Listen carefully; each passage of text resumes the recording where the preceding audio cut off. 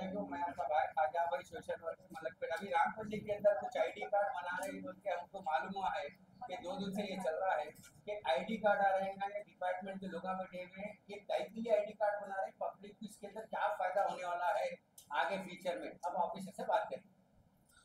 అందరికీ నమస్కారం. నా పేరు వెంకటరెడ్డి, నేను డిస్ట్రిక్ట్ కోఆపరేటివ్ ఆఫీసర్ని. మనకి ఇప్పుడు రాంపూర్ 2BHK రాంపూర్లో ఉన్నాం. మనము రాంపూర్లో ఎంతైతే మెంబర్స్ ఉన్నారో 52 బ్లాకులు ఉన్నాయి. ఈ 52 బ్లాకులలో కూడా మెంబర్షిప్ ఎన్రోల్మెంట్ అనేది జరుగుతుంది. ప్రతి ఒక్కరు కూడా కోఆపరేటివ్ సొసైటీలో ఎన్రోల్మెంట్ అనేది ఇది మ్యాండేటరీ. ఖచ్చితంగా కూడా ఇక్కడ ఉన్నటువంటి ఇల్లు ఉన్న వాళ్ళందరూ కూడా మెంబర్షిప్ పొంది ఉండాల్సి ఉంటుంది. దీనివల్ల ప్రయోజనాలు ఏంటంటే, ముందు మెయింటెనెన్స్. ప్రతి గవర్నమెంట్ ఇల్లు ఇచ్చింది, కానీ ఇల్లును మెయింటైన్ చేసుకునే బాధ్యత మనకే ఉంటుంది. కాబట్టి మనం అందరము కలిసి ఒక సొసైటీగా ఏర్పాటు చేసుకుని ఇల్లు మెయింటైన్ చేసుకోవాల్సిన అవసరం ఉంటుంది. ఆ మెయింటైన్ చేసుకోవడానికి ఒక committee, welfare and cooperative maintenance committee అని చెప్పేసి రిజిస్ట్రేషన్ చేసుకున్నాం. ఆల్రెడీ రిజిస్ట్రేషన్కి మ్యాండేటరీ ఏంటంటే ప్రతి ఒక్కరు కూడా 110 రూపాయల సభ్యత్వం మినిమం కట్టి ఉండాలి. ఆ 110 రూపాయల సభ్యత్వం కట్టడం కొరకు దాంతోపాటుగా మనకు ఎలక్షన్స్ నిర్వహించుకోవడం కూడా మ్యాండేటరీ. కాబట్టి ఎలక్షన్ల నిర్వహణ, తర్వాత ఐడి కార్డ్స్ ఏర్పాటు చేసుకోవడం, తర్వాత కొంచెం కోఆపరేటివ్ చట్టం ప్రకారం ఎవరైతే మెంబర్ అవుతారో వాళ్ళందరికీ కూడా ఐడి కార్డు ఇవ్వాల్సిన అవసరం ఉంటుంది. కాబట్టి ఈ మనం కట్టుకున్నటువంటి ప్రతి ఒక్కరు కూడా మీరు ముందు మెంబర్షిప్ కోసం మెంబర్షిప్ ఫామ్, మీకు ఆల్రెడీ ఇచ్చిన మెంబర్షిప్ ఫామ్ను మీ అన్ని డీటెయిల్స్ ఫిలప్ చేసి తప్పకుండా అందులో సంతకం చేసి దానితో పాటుగా 2 ఫోటోలు, ఒకటి ఐడి కార్డు కొరకు, ఒకటి రికార్డు కొరకు ఫోటోలు పెట్టాలి. దాంతోపాటుగా మీ యొక్క ఫామ్ ఏదైతే ఉందో ఆధార్ కార్డు యొక్క జిరాక్స్, దాంతోపాటుగా మీ పట్టా జిరాక్స్ని దానికి జత చేసి కన్సర్న్ ఆఫీసర్ కనుక ఇచ్చినట్లయితే వాళ్ళు వెరిఫై చేసుకుని ఆ ఫామ్లో మీరు అసర్టైన్ చేసుకుంటారు. రెండోది ఇక్కడ చెప్పదలుచుకున్న ముఖ్య విషయం ఏంటంటే, ఎవరైతే మెంబర్ ఉన్నారో వాళ్ళు మాత్రమే సంతకం పెట్టాలి. ఎందుకంటే ఇది రిజిస్ట్రేషన్ ప్రక్రియ.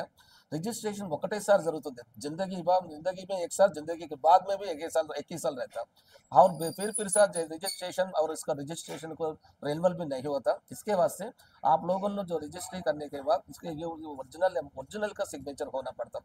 एक बार सिग्नेचर को रजिस्ट्री के बाद देने के बाद फिर में इसमें वो गलत का सिग्नेचर देने तो फ्यूचर में वही ओरिजिनल कैंडिडेट आने तो भी जो सिग्नेचर को मिसमैच हुआ बोल के सिस्टम बोलती है.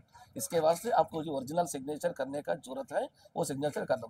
उसमें कोई दिक्कत है, प्रॉब्लम रहने तो ओरिजिनल सिग्नेचर वाला नहीं है ना, उनको చనిపోయిండు లేదా ఇంకా ఎక్కడ ఉన్నారు అప్పుడు आपको నిజం ఏమైతుందో మాకు యాక్చువల్ बोले तो हमें रिकॉर्ड करते जो फिगर इसमें చనిపోయిన వాళ్ళు ఎవరైతే ఉన్నారో చనిపోయిన వాళ్ళకి సంబంధించి మేము కన్సర్న్ ఆర్డీఓకి రికమెండ్ చేస్తాం, మీకు అది ట్రాన్స్ఫర్ అవుతుంది.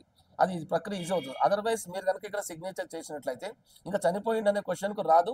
తర్వాత వాళ్ళు ఎంక్వైరీ చేస్తారు, ఆల్రెడీ మీరు బతికి ఉన్నట్లు సంతకం పెట్టారు, ఓటర్ లిస్ట్లో పేరు వచ్చింది, మేము అన్ని చెప్తుంటారు. కాబట్టి మీకు ఇబ్బంది అవుతుంది. ఇప్పుడే కాదు, తర్వాత ఇంకెప్పుడు ఫ్యూచర్లో కూడా ఒక 5 ఏళ్ళు కానీ 10 ఏళ్ళు కానీ అయినా కూడా ఒరిజినల్ సిగ్నేచర్తో టాలీ చేసినప్పుడు ఈ సిగ్నేచర్ మిస్ మ్యాచ్ అవుతుంది. కాబట్టి దూరదృష్టితోటి మీ సంతకాన్ని ఎవరైతే ఉన్నారో వాళ్ళే పెట్టండి. పెట్టలేకపోతే మాకు కనుక చెప్పినట్లయితే యాజ్ ఏ రిజిస్ట్రార్గా వీఆర్ అసర్టైన్, మేము చేస్తాం, మేము ఎంక్వైరీ చేసాము, వెరిఫై చేసాము, వాళ్ళు ఉన్నారు కానీ సిగ్నేచర్ పెట్టడం వల్ల ఇబ్బంది అవుతుందని చెప్పేసి మేము సంతకం పెట్టి దాన్ని రిజిస్ట్రేషన్ చేసినట్లయితే వాళ్ళకు అది యాక్సెప్ట్ అవుతుంది. కాబట్టి దీన్ని గమనించి ఎవరైతే ఉన్న సభ్యులు మెంబర్స్ ఉన్నారో దీన్ని గమనించి మీరు ఒరిజినల్ సిగ్నేచర్ వాళ్ళతో వచ్చేటట్టు చూడండి. రెండవది, మెయింటెనెన్స్ చేసుకోవడానికి ఏదైతే కమిటీని మనం ఇస్తున్నామో ఆ కమిటీ ప్రతి నెల కూడా ఎక్విడెన్స్ ఇయర్ ఆఫ్టర్, ఇంతకుముందు ఎన్నో డబ్బులు ఇచ్చాము, మెయింటెనెన్స్ సరిగా జరగట్లేదని చెప్తున్నారు. ఇప్పటి నుంచి గవర్నమెంట్ టేకప్ చేస్తుంది.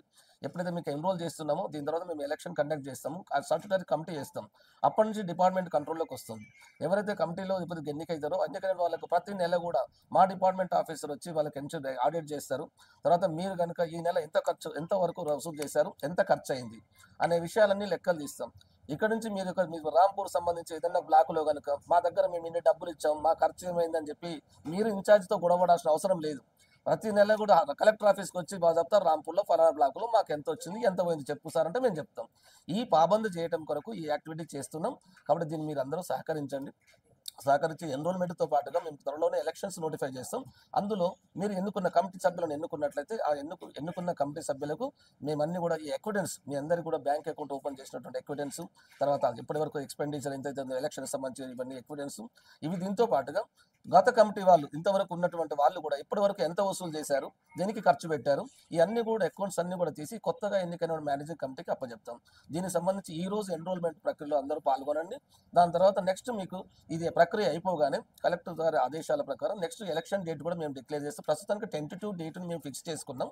కానీ ఇవన్నీ అయిపోయిన తర్వాత కన్సర్న్ పోలీస్ స్టేషన్ నుంచి కూడా మేము తీసుకుంటాం. వాళ్ళు కూడా మేము మాకు టైం కావాలి అని చెప్పేసి అడుగుతారు. ఫలానా తారీఖు వీలవుతుంది సార్ అని చెప్పేసి చెప్పినట్లయితే, ఎందుకంటే మేము నిన్న మనం చూసాం ఇలా ఉన్నది అని కొన్ని వేరే చోట్ల కన్నా కొంత ఇబ్బంది అయింది పోలీస్ వాళ్ళకు. కాబట్టి మేము ఆ పోలీస్ వాళ్ళ నుంచి క్లియరెన్స్ తీసుకుని డేట్ అంటే కూడా త్వరలో అనౌన్స్ చేస్తాం. కాబట్టి దీనికోసం మీరు అందరూ సహకరించాల్సిందిగా కోరుతున్నాం. Thank you.